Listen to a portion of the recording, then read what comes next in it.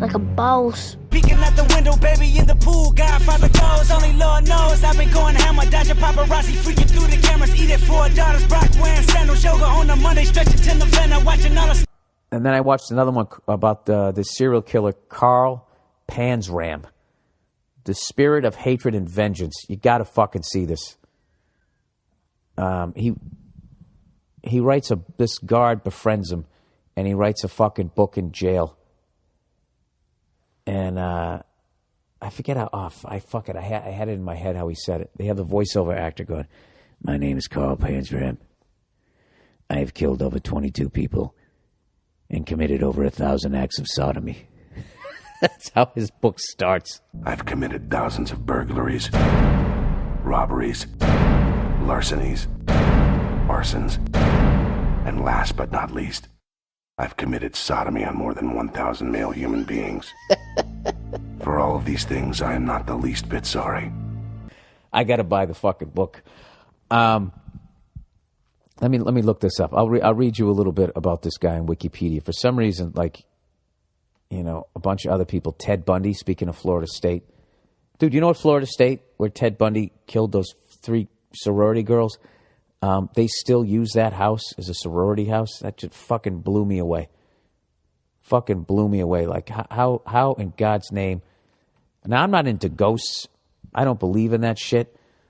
But I do draw a line. I don't think that I could sleep in that fucking house knowing that all that shit, happened. All right, here we go. Let's just read Carl Panzram here.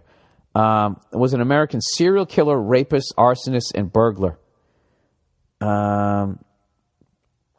Here we go. He's known for his confessions to his only friend, prison guard Henry Lesser. Let's get this killing spree. What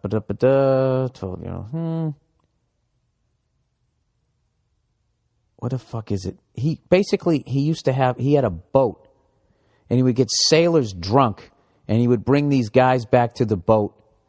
He'd fucking sodomize them, and then shoot them in the head and throw them overboard. With that money, I bought a yacht, the Akista. Then I figured it would be a good plan to hire a few sailors to work for me. Get them out to my yacht, get them drunk, commit sodomy on them, rob them, and then kill them. One of the most evil fucking things ever was basically, that happened when he was a kid. He got fucking raped, and then he was like, all right, well, I'm fucking raping everybody else. I mean, the guy was just fucking...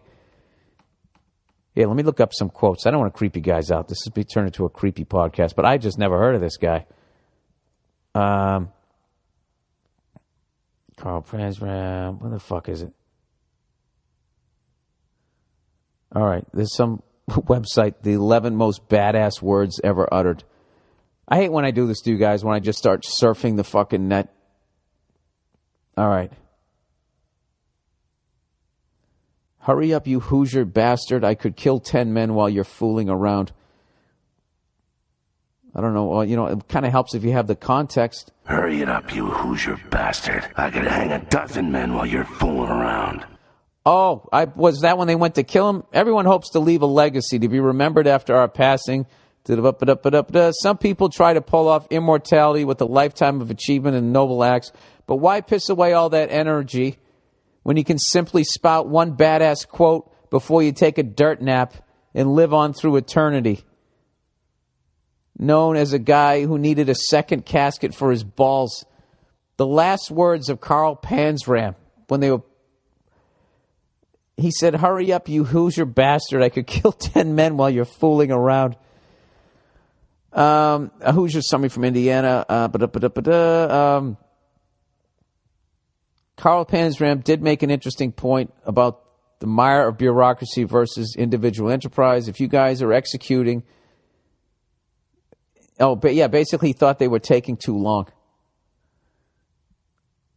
Wow, this is great, man. This is all people's last words. Last words of Chief Sitting Bull. I'm not going. Do with me what you like. I'm not going. Sir, this is not your agency. The council at Standing Rock is next week. You have no place here. Do you not recognize who this man is? I know. He is Sitting Bull. Hear me then, for one last time. And then exclamation point. Come on, take action. Let's go. I guess that was back, you want to fucking do this? Let's do this. That's how they said it in the 1800s. And he's also speaking a second language. That's how much balls he had. He still sounded tough in another language. At